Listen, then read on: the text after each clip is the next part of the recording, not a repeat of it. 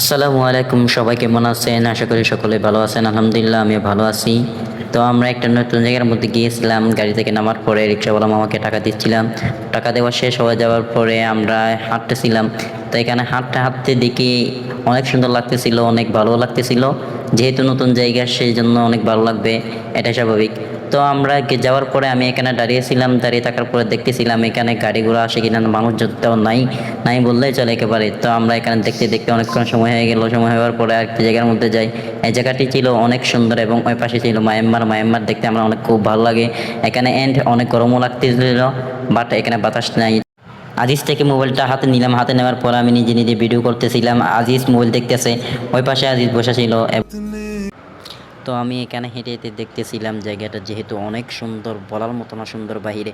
এবং এই জায়গাটি হচ্ছে আমার জন্মভূমি টেকনাফে, যেটা আমার টেকনাফ জন্মভূমি, আমার বাড়ি। সবচেয়ে আমরা চলে যাওয়ার পথে, চলে যাওয়ার জন্য আমরা দাঁড়িয়েছিলাম। এখানে কিছু পাওয়া যাচ্ছিল না, আসলে অনেক লেট হয়ে গেছে।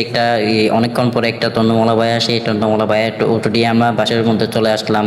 কেমন লাগলো ভিডিওটি?